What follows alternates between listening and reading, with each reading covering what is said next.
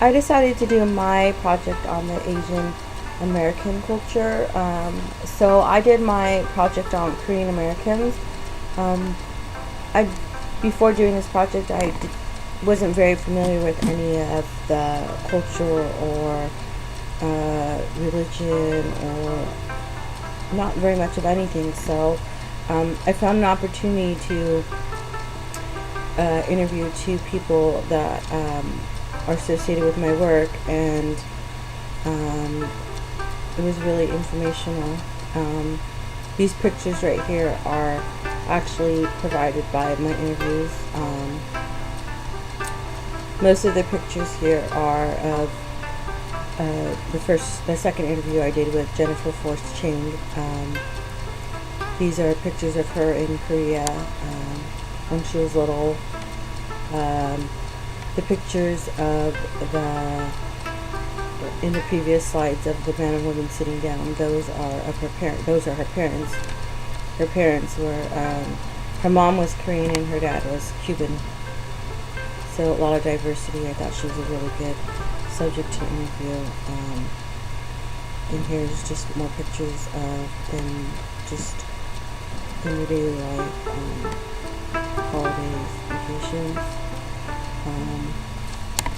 So I will get into a little bit of the history of Korea.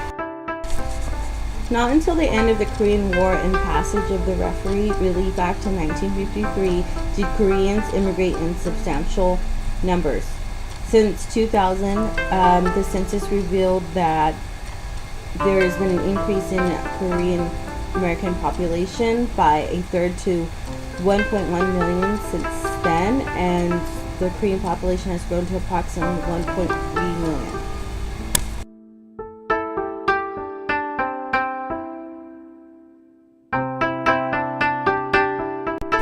Okay, so now I'm going to kind of go into a few basic facts about Korean people. They're generally known for their darker complexion and high cheekbones.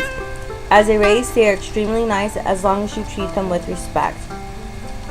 However, just keep in mind that some cultural differences are involved, so you may consider what they do as rude, but they do not mean anything personal by it. It's simply thousands of years of tradition. One example be that this may be with older Koreans. Older Koreans, everywhere older people are respected, but in Korea they are highly respected. Sometimes they appear to be pushy or rude, but it's really nothing personal, just a different place. They are people that are truly nice and helpful. If you need help and understand a little Korean, they will help you. They love you, they love to learn the language, they want you to learn the language, and it will help you as well.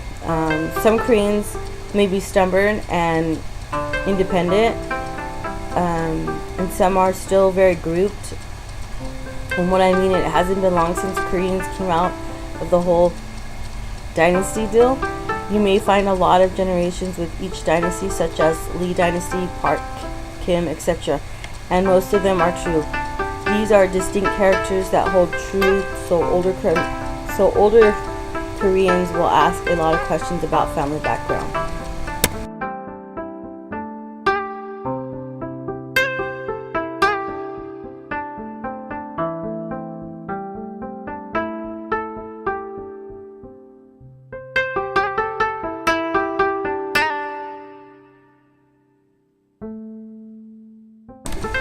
Although South Korea is modernizing extremely fast, it still holds on to many traditional values and the old way of life.